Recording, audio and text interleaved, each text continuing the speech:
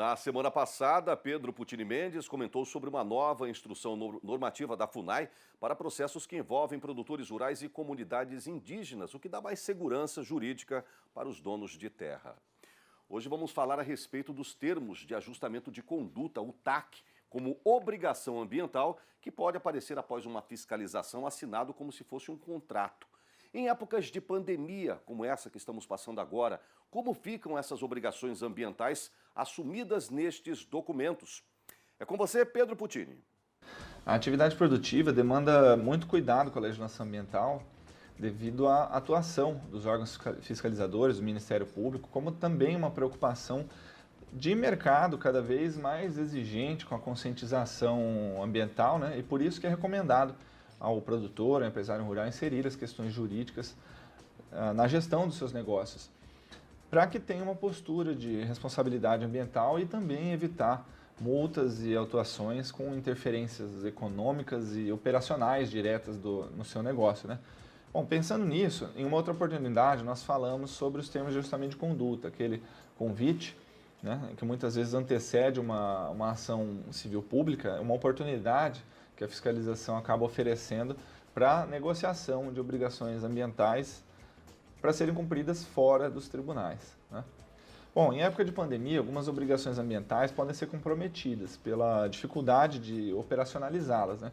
E então devemos nos preocupar com o que fazer nessa situação, né? Tendo em vista que os TACs são utilizados tanto de maneira preventiva, né, antecedendo a um possível dano ambiental, quanto em caráter repressivo, após efetivado esse dano, hipótese que busca uma adequação voluntária, a reparação de danos voluntária, como também uma compensação ou uma indenização daquilo que não puder ser reparado.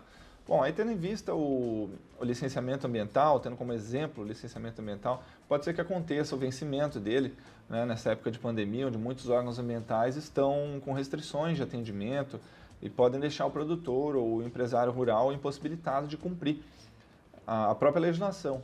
Embora alguns estados eles já estão trabalhando, como por exemplo Minas Gerais, né, acabaram criando sistemas eletrônicos para possibilitar a análise de processos, assinatura de documentos, como os termos de ajustamento de conduta e outras autorizações ambientais. Nesse caso, seja um licenciamento ou um termo de ajustamento de conduta, como quaisquer outras obrigações ambientais, o produtor empresário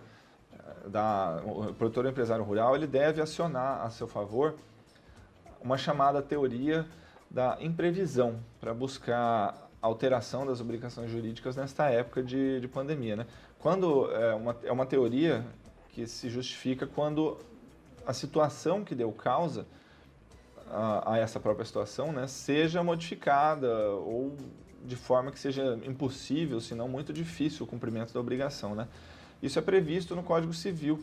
E também a situação do caso fortuito ou força maior para o não cumprimento de obrigações que possam ser justificadas pelos próprios fatos, né? Também valendo a situação da pandemia.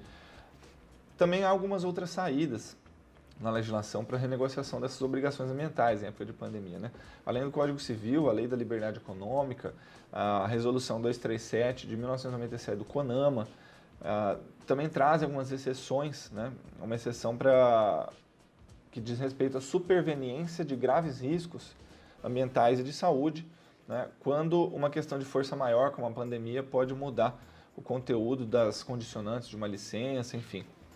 Bom, há também situações em que a citada postura ambiental, que eu comentei no comecinho aqui, pode ir além do esperado pela fiscalização no cumprimento das obrigações e o produtor ou empresário rural pode acabar gerando uma boa oportunidade de contribuir socialmente, como no caso de um termo de ajustamento de conduta feito por uma indústria de gelatinas no estado de Mato Grosso, que alterou a destinação dos recursos que doaria para um fundo ambiental e se transformou em recursos para o combate à pandemia, né? Mantidas as obrigações ambientais que deveria cumprir. Por outro lado, né, sabemos que nem sempre há condições financeiras de agora, neste momento, cumprir essas obrigações ambientais de indenização, de pagamento de recursos financeiros, né?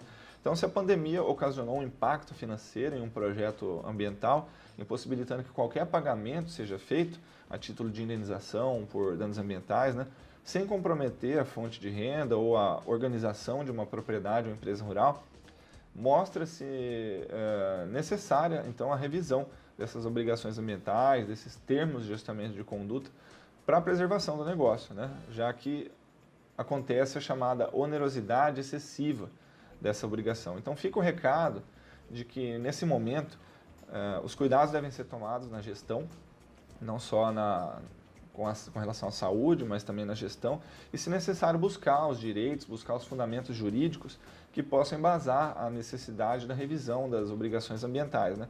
Então, a expectativa é de que logo tudo se normalize e que até mesmo um cenário ruim, né, acabe trazendo oportunidades de melhoria na gestão das obrigações ambientais. Então, saudações e até a próxima. Toda terça-feira tem um novo episódio do Direito Agrário, não perca, tá bom, pessoal?